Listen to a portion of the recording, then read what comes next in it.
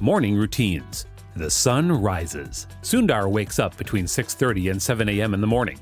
This is just around Elon Musk's and Mark Zuckerberg's 7 a.m. and 8 a.m. respective wake-up times. But it's not as early as Jeff Bezos and Tim Cook, who wake up by 5 a.m. and 3:45 a.m. respectively.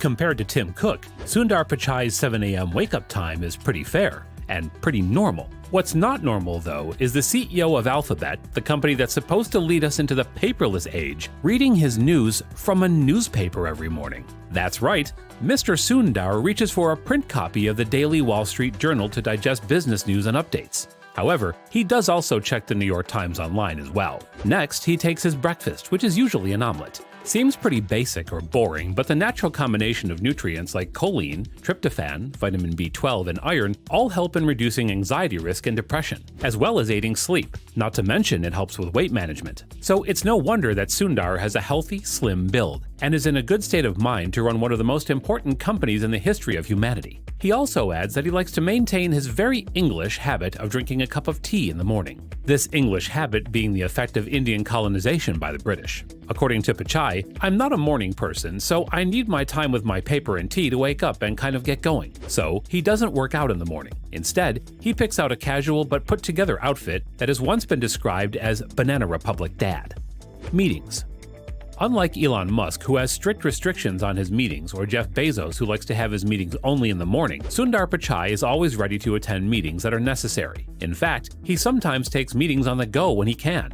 It is said that he can wander away during a meeting if a problem that needs solving is posed, only to come back in a short time with a solution that the team can discuss. This is because Sunder claims that he loves to pace when working on something. "I love to pace, and actually to think I have to start walking." Apparently, during meetings, he has the habit of keeping quiet and waiting for everyone to speak while he listens. At the end of the comments, he then throws out ideas that people could work on.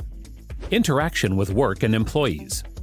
Sunder Pichai's meeting style of listening before talking is just a reflection of his leadership style, which everyone loves. In fact, an ex-Google employee, Martine Hooft, who worked as a technical program manager under the Sunder-run Android department, had this to say: "If there's anybody that could take over as CEO one day, I would see Sunder as being a great choice for doing that." That was in 2014, just a year before Sunder Pichai actually got appointed as the CEO of Google. Hooft explained this by comparing Sunder with the former CEOs, saying that Larry is not afraid of setting an audacious goal, whereas I think Sunder is more of a great operator. He can assemble the team, he can appoint the right people, and he's the one that makes it happen. That's not to say that Sunder doesn't have any product vision, current projects.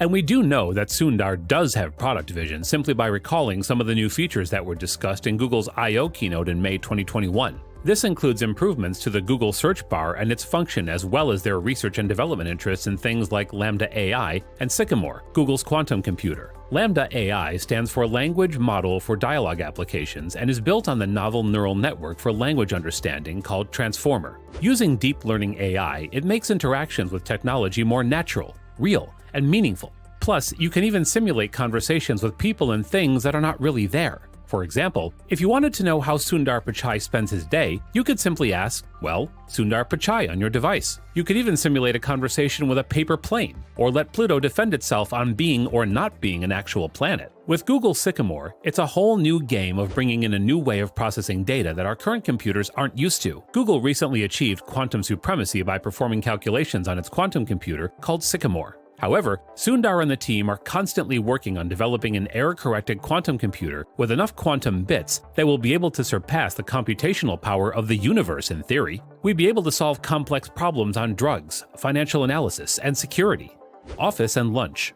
Sunder's office space has been described as being clean to the point of being Spartan. This is important as it eliminates clutter, thereby reducing the amount of things that you can possibly be distracted by. It's kind of similar to Mark Zuckerberg's decision to wear just gray t-shirts, jeans, and sneakers every day to work. According to Mark, it helps him have fewer decisions to make so that he can actually focus on the most important ones. And we can see that it works for both Mark and Sunder. When it comes to lunch, as a vegetarian, Sunder is also a nice guy to animals, except, when he eats their unborn babies in the morning. Evening routine. When Sunder is done with work, he heads straight home, and unlike a lot of the richest CEOs in the world, he makes it a rule not to take work home. In fact, he doesn't test Google prototypes in his home as well. I do the prototypes at work, try to keep something simple at home. His home is an almost 10,000 square foot mansion situated on just over 3 acres of land in Los Altos Hills, California. Observers have called the house modest for someone of his caliber, but we're sure Sunder is satisfied with his infinity pool and other amazing features of the house that he and his family can enjoy. And sometimes he also engages in some of his favorite recreational activities like cricket and soccer. He has said that when he does any workout, he does it at night when he's back from work. He lives in the home with his wife, Idea Behind, and their 2 kids. Oh, and they have a dog named Jeffrey, too. Sunder strives to get back home to tuck his kids in every night by himself. This is a promise he made to himself back in 2015. When he's done for the day, Sunder goes to sleep.